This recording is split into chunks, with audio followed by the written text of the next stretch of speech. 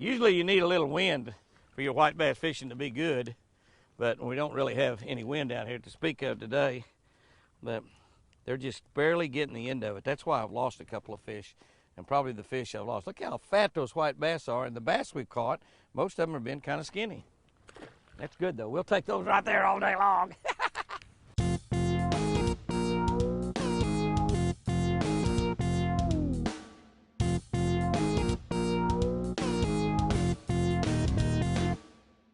Hey guys and girls, it is a beautiful fall morning out here on Lake Texoma. That's right, Lake Texoma. That is a giant lake on the Oklahoma-Texas border.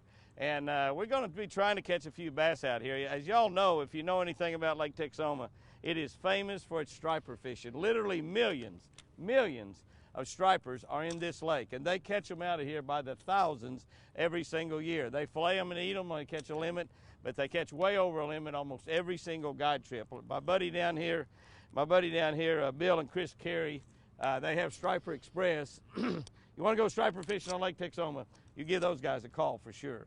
I think we're going to catch them today on a crankbait. If we can find some shad, we might catch, and I saw some shad move right there. If we find some shad, we might catch some on a spinnerbait also. It's a perfect time of the year for both a crankbait and a spinnerbait. Might fish a jig or a worm later in the day. I don't really know. I haven't been on this lake in a couple of years. So we're just going to go looking and finding. One good place to look right off the bat is a point with some big giant boulders on it. Oh, there he is. Pretty nice fish. Yeah, pretty nice fish. I don't know what that is, but he's pretty nice. Oh, it's a white bass. It's a white bass. That's a bonus. We'll take them. Well, it might be a white bass, or it might be a small striper. Oh, it's a striper. Yeah, it's a small striper. Yeah, we'll take them. Put a little smaller bait on. I'll put a little smaller bait on than I had. Oh.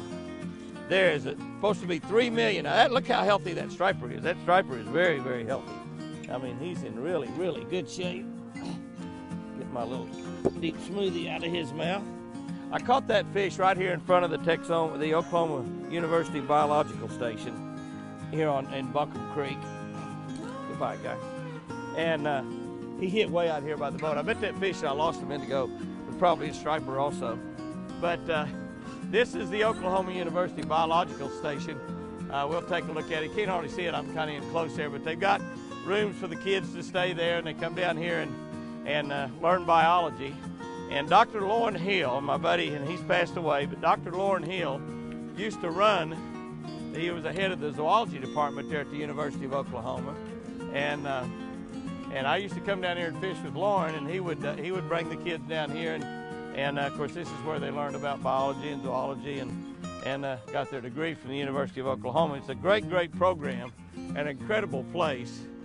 And I just had to stop and fish in front of it, just kind of for Lauren's sake. You know, Lauren developed the color selector. It's a 9-year study there at the University of Oklahoma. And I helped him with that quite a bit, not the entire 9 years, obviously.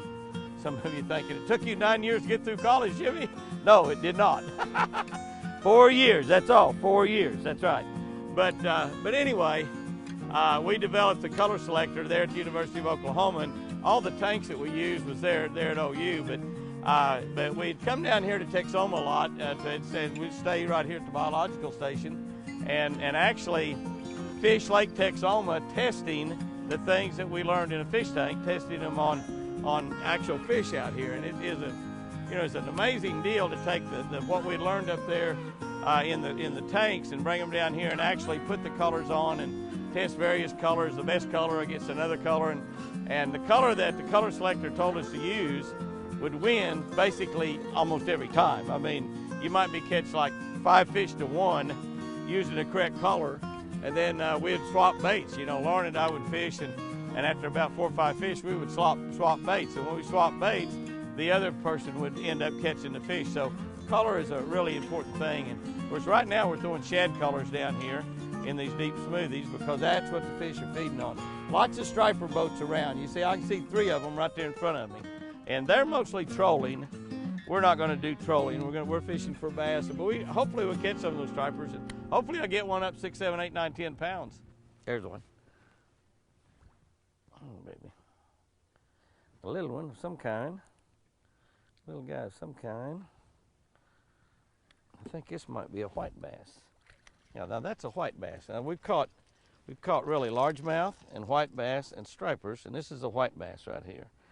And white bass used to get really, really big here at Texoma. I mean, they got really, really big, and they were really a popular fish. They used to have a sand bass festival here, and they would catch just literally thousands of them at this sand bass festival. Once they put the stripers in, as the stripers increased, the white bass decreased, kind of like John the Baptist. You know, as Jesus increased, John the Baptist decreased. Well, that's what happened to the stripers, the white bass here. You know, as the stripers got more and more prolific, you got less and less white bass, and you don't catch those great big 2.5 pound white bass. Well, I say that. Now, I shouldn't say that because, you know, I don't fish this lake very much. I haven't been over here in 2 years, but they might catch those big 2.5 pound white bass, but I don't hear about them if they do. Hear a lot about the stripers. So we'll probably catch a Kentucky bass before the day's over, spotted bass. That fish is up there close. I don't know if it's a bass or a white bass or a striper, but he's pulling pretty good. Oh, it's a white. We'll just catch white bass. I like this. I like this. He was up there right on the bank. Usually you need a little wind for your white bass fishing to be good, but we don't really have any wind out here to speak of today. But they're just barely getting the end of it. That's why I've lost a couple of fish. And probably the fish I've lost. Look how fat those white bass are, and the bass we've caught, most of them have been kind of skinny. That's good, though. We'll take those right there all day long. That squirrel, it must be a bass that put an acorn up there on that rock to try to catch that squirrel. I saw a bass one time come up, a head come up, and he laid an acorn right on the end of a big log that went out in the lake. I saw that bass come up there and do that, and I thought, what in the world is going on there? And we might have found some white bass, guys. We sure might have. Looky there, looky there. And I went on down the bank, and pretty soon I fished that bass for like 20 minutes and couldn't get a bite. I went on down the bank, and I heard this big splash, and I looked back there, and that bass come up and ate a squirrel that had come out there to get that acorn. And so I went back over there, and I fished and fished and fished. I put on acorn-colored baits, and fished and fished and fished. That's a nice white bass right there. I turned around to leave, and I heard a big splash, and that bass come up and ate another squirrel. I'm lying, I'm dying. Well, there's one right there. I got a trot line or something right here. I don't want to get the line in it. I think it's going to be another white bass. He feels like the way he's fighting. I'm loving those white bass. Been a long time since I've caught many white bass. I about forgot. They're getting bigger too, aren't they? I about forgot, really, how much fun they are to catch. They definitely are a lot of fun to catch. A lot of people, I mean, they fish for white bass all the time. You know, they troll for them a lot. It's an easy fish to catch when you find them and get in them. Those are pretty good eating fish too. They're really pretty hard to clean because their bone that you got to cut through there is pretty tough. But that's a 1.5 pound white bass right there. That's a pretty good one. Well, I said I was going to fish this point, and I was going to leave and run down the lake and try to find some largemouth. I'm going to keep fishing this point a little bit more. That's all right, Jimmy. Just talk about moving, running down the lake, and you start catching fish. That's all it takes. Just talk about moving, you start catching them. Not catching largemouth, but who cares? Catching fish, that's all we care about. Yeah, that's all we care about is catching fish.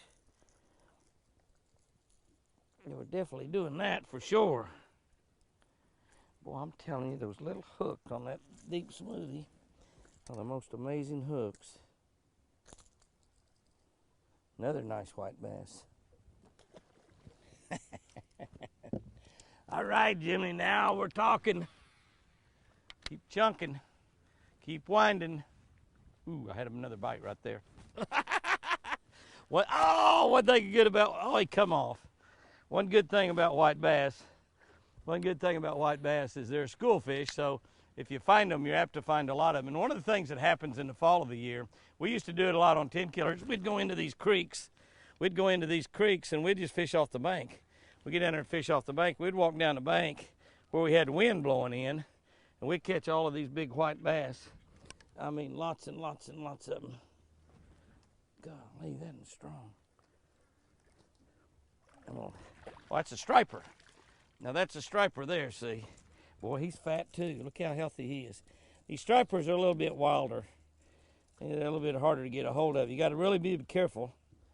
You got to really be careful, or you're liable to have a hook in your mouth or in your hand. I guess you could have a hook in your mouth. I guess you could. This guy's got a hook in his mouth. Fish cannot feel pain. Jimmy can feel pain. Hold on to him tight, Jimmy. When you get a hold of those fish, and you see the difference in that fish, see how long he is, those stripes are unbroken? That's a striper right there. And that's a good eating fish right there now, I'm telling you. And they catch a jillion of them out of here. If you're going to come to Lake Texoma fishing, you know, you can always catch a mixed bag of fish down here. This is one of those lakes that's got a lot of different species of fish. The primary fish that they fish for here, in addition to largemouth bass, is a striper. And let me tell you, you can catch stripers really all over this lake. They say they've got 3 million stripers in here. I have no idea who counted them. That's got to be a tough job, but they have a lot of stripers. I know that. They catch literally thousands of them out of here every year. And if you want to be able to find the stripers, you can really kind of watch the birds around where you see seagulls diving down in the water. There's some stripers down under where they're doing, because they're going down there feeding on shad, and the stripers are feeding on shad just like the birds are.